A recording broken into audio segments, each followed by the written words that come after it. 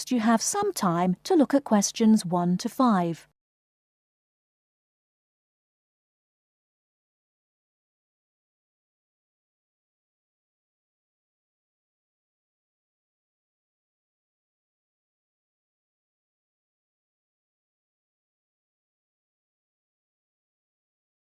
Now we shall begin.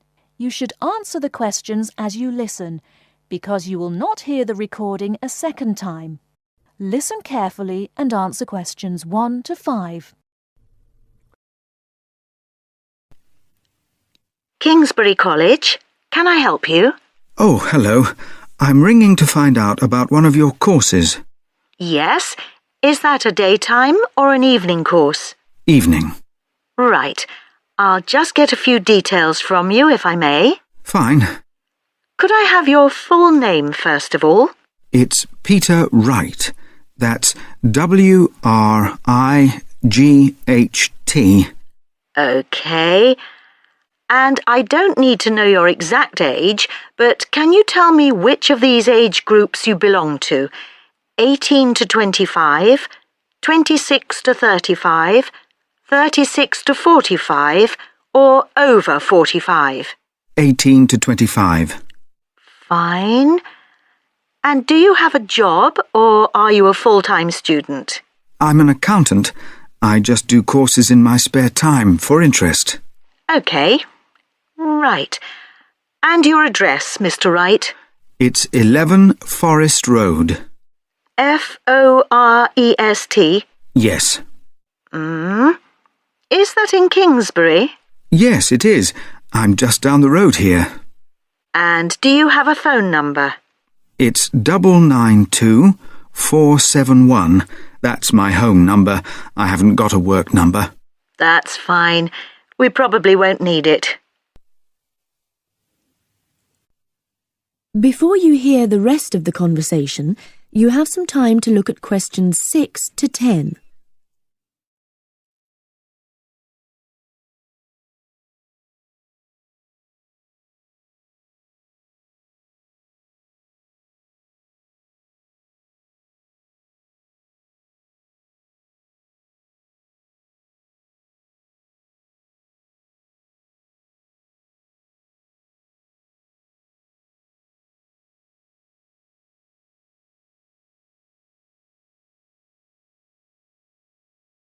Now listen and answer questions 6 to 10.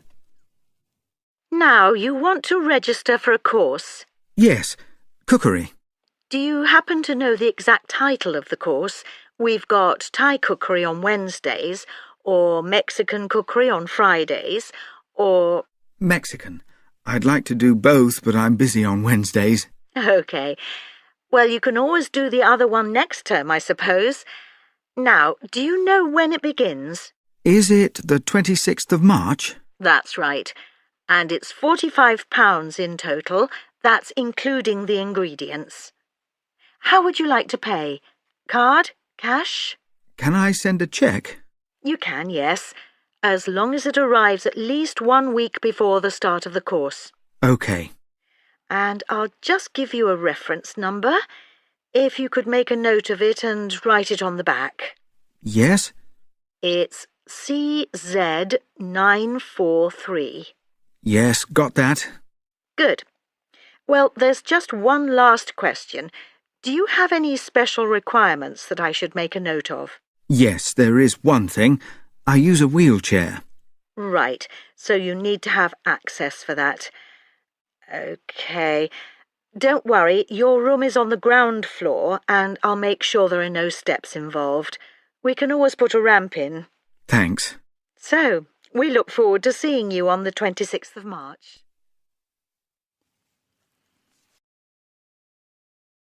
That is the end of part 1.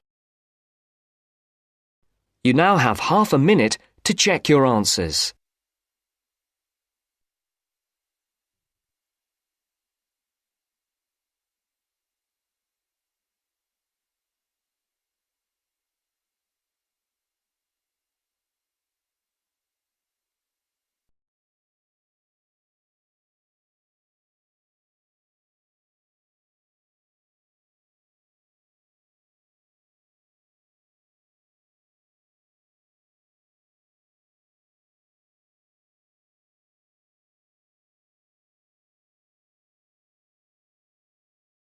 Now turns to part 2. Part 2. You will hear a telephone conversation about a job vacancy. First, you have some time to look at questions 11 to 15.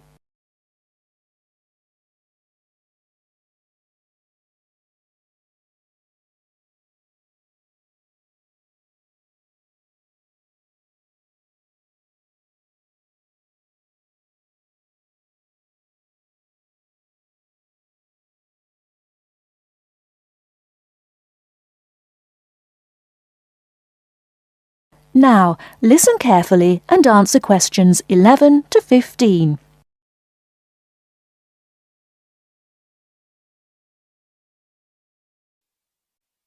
Hello, Top Job Employment Agency. Ellen Sykes speaking. How can I help you? Good morning. My name's Steve Collins and I'm calling about the call centre job advertised in today's paper. For an operative handling credit card inquiries? Yes, that's right. The wages and working conditions are all in the ad, so what I'd like to know now is what the work actually consists of. I should explain that I'm a student looking for a summer job, not long-term employment. That's okay. The people at Intercard say they've always found students to be honest, which of course is essential in this line of work, and they have the basic IT skills needed there. Apparently, there have been a few who didn't find it easy to get there on time in the morning, but in most cases their punctuality is as good as anybody else's. Anyway, about the work. And I know a bit about this because, as it happens, I've worked there myself. Really? Yes, for about a year. You'd find that most callers would be people wanting to check the balance on their cards, query payments made and so on. And from those who've had their card stolen? No, they ring another number for that, an emergency line. People also call that number if they lose their cards. And what are most callers like? I mean, what kind of people are they? All sorts, really. All ages, every kind of background. Though one definite trend is the change in the number of women. Nowadays, they make up around 55% of the total, whereas years ago, there used to be a majority of men calling. At one time, I heard, as many as 3/4 of all credit cards were actually held by men, but that must have been long before I was there. It's certainly different now. So to do this job, what sort of experience do I need? None, really. Have you got a credit card yourself? Yes, I have. Then you probably know quite a bit about them already. And as a student, you're obviously intelligent, which of course you need to be for the job. So after a day or so working with an experienced operative, I'm sure you'll have picked up enough to deal with routine inquiries, which of course most of them are. But there are bound to be questions I can't deal with, at least at first. What happens then? In that case, you can ask a supervisor. They're very helpful to new staff. I think I like the sound of this. What do I do next?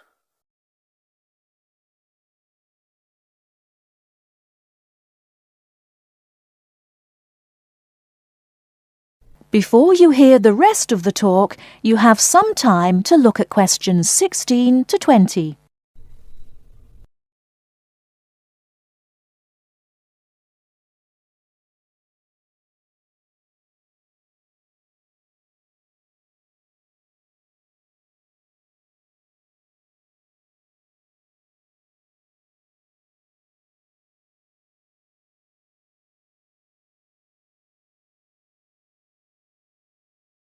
Now listen and answer questions 16 to 20. Can you get over there for 9:45 on Monday morning for an interview? Definitely, yes. Whereabouts are they? In Riverside Business Park. Do you know it? Yes, I've been there once. How do you usually travel? By bus. Right. So you take either the 136 or 137 to the bus station, and when you come out of there, you turn right. Along Orchard Road, that is. The road from the railway station? Yes, that's right. You go past the petrol station next to the car dealers, then carry on down the road. Do I take the first left at the main car park? Well, you could do that, and walk up Newfield Avenue alongside the shopping centre, but it's a long way round. I'd suggest continuing along Orchard Road with the water company and then the insurance offices on your right. They used to be local government offices, by the way. Yes, I remember those. And you keep going until you reach the advertising agency. Now, facing that is a small road called Cherry Lane. There's a newspaper office on the corner, and opposite that is a big hotel, so you can't miss it. And how far down that road is it? Well, they aren't actually in Cherry Lane. You walk as far as the next junction and turn right into Almond Drive at the mail centre. Intercard is in the third building on the right, between the airline offices and the shipping company. Fine. I'll be there on Monday. Thanks very much. Bye. Good luck. Bye.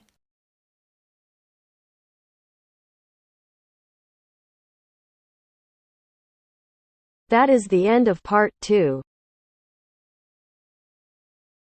You now have half a minute to check your answers.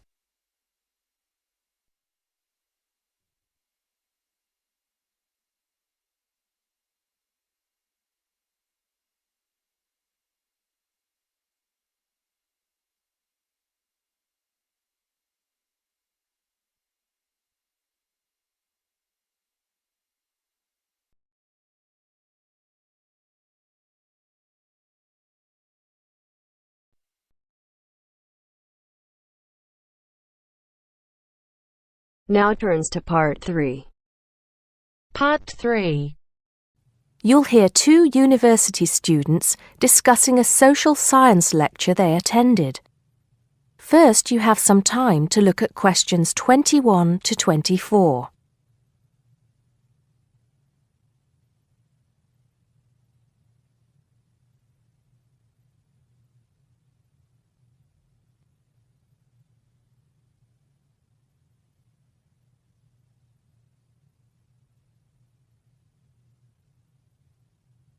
Now listen carefully and answer questions 21 to 24. Did you go to the first social science lecture yesterday? Yeah. Didn't you see me there? No. I was trying so hard to understand the lecturer. What didn't you understand? A lot of it, really. For example, he said we needed to study history as part of the course, but I didn't get why. You probably missed it. He said early on that we need to learn from our past mistakes. Right. But he also said we need to put ourselves in the place of our ancestors. Why is that? I think the point is that it's not enough to know how they lived and what they did. We need to know what they thought. I see. And I've written transferable skills in my notes next, but I have no idea what that means.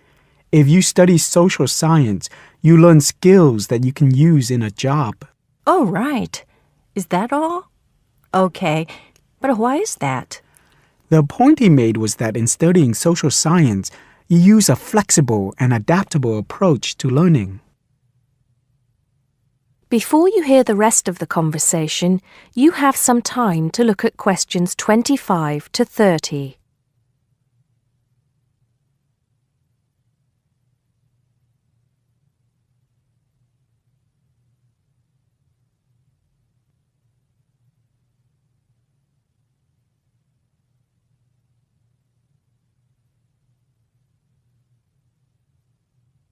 Now listen and answer questions 25 to 30. He also kept mentioning all the other subjects we will need to study as part of the course. I didn't write them all down, did you? Some of them. I think I can make sense of my notes. The first one was anthropology, which he said would cover prehistory and archaeology as well. Okay. Then there's economics. I wrote down that this was not meant to mean that we will spend all our time looking at economic theory, but more that we need to see how humans behave. That's good. I don't think I could handle economic theory. He said something about education too, didn't he? Yeah. He said we'll be looking at how cultural information is handed down from one generation to the next through teaching children. He said we'd be focusing on geography too, but I can't really remember which aspects. Can you? I noted it down, I think. Here we are, yes, particularly in relation to urban planning. It's law that I got confused about. I didn't understand why he linked that to economics. I think he meant that laws affect the way wealth is distributed.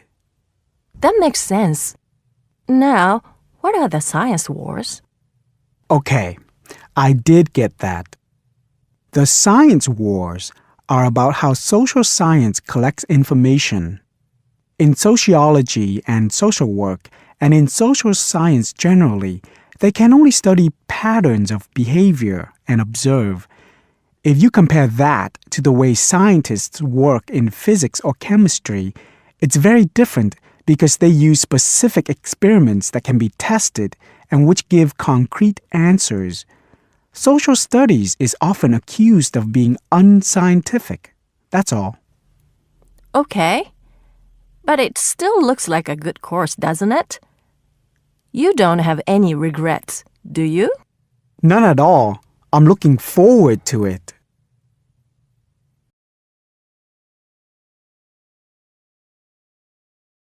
That is the end of part 3. You now have half a minute to check your answers.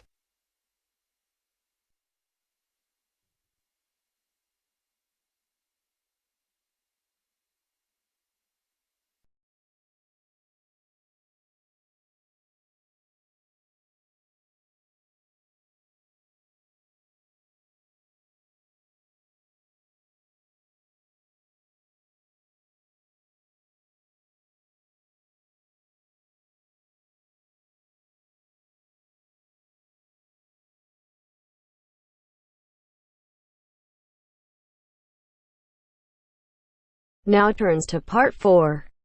Part 4. You will hear a wildlife expert giving a talk to a group of bird lovers in the UK about a species called the tawny owl. Before you listen, you have some time to look at questions 31 to 40.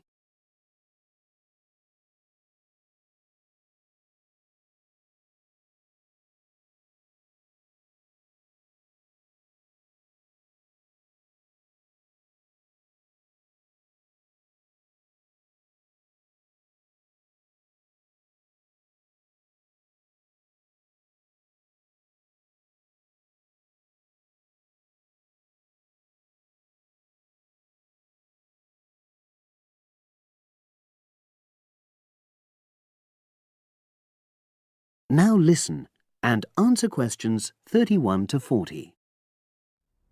Good evening, everyone. You're all likely to be familiar with pictures of the tawny owl.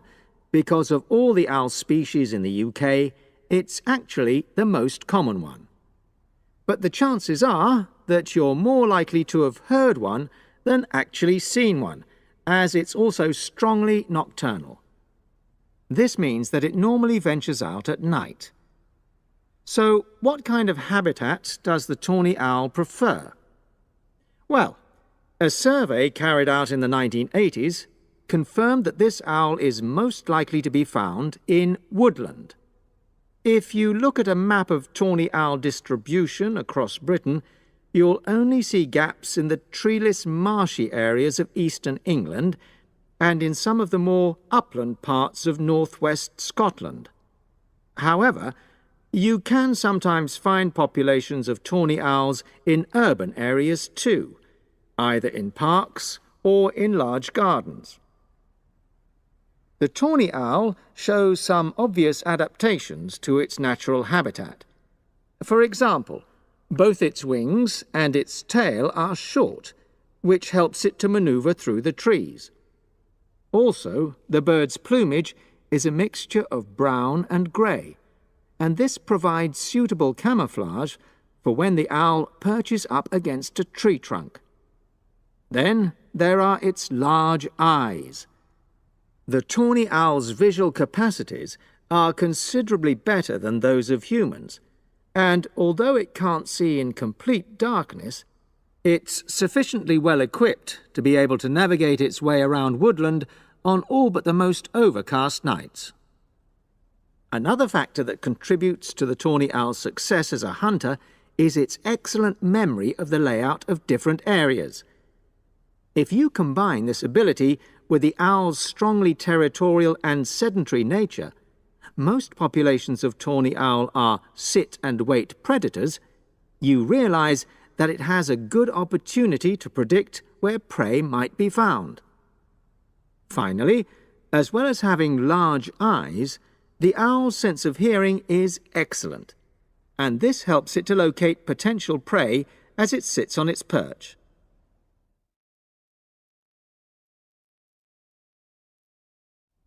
Turning now to the tawny owl's diet. Woodland tawny owls feed mainly on mammals, especially small ones, such as wood mice and bank voles.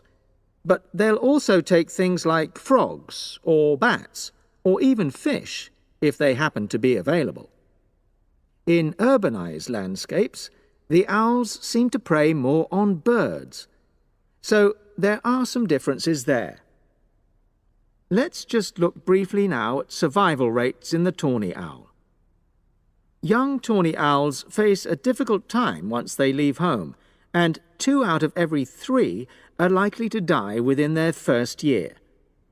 So, with such high mortality levels, it's a good job that established breeding pairs can produce young over a number of seasons and maximise their chances of passing their genes on to the next generation of owls. I've already mentioned the sedentary nature of the tawny owl, but it's not just adult tawny owls that are sedentary in their habits. Young birds, dispersing away from where they were born, rarely move far. The average distance is just 4 kilometres. There also appears to be some reluctance to cross large bodies of water. The owl is absent from many of the islands around our shores, with only occasional sightings in Ireland and the Isle of Wight off the south coast of England. Right, well, now I'll show you some photographs that have been taken in one or two of the... That is the end of part 4. You now have half a minute to check your answers.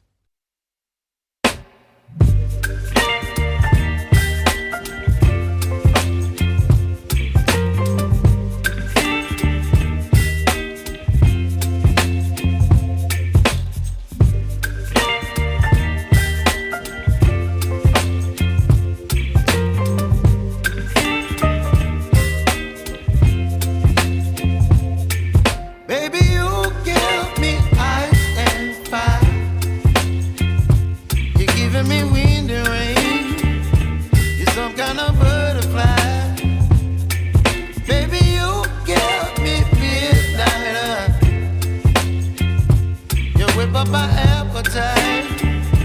Don't leave me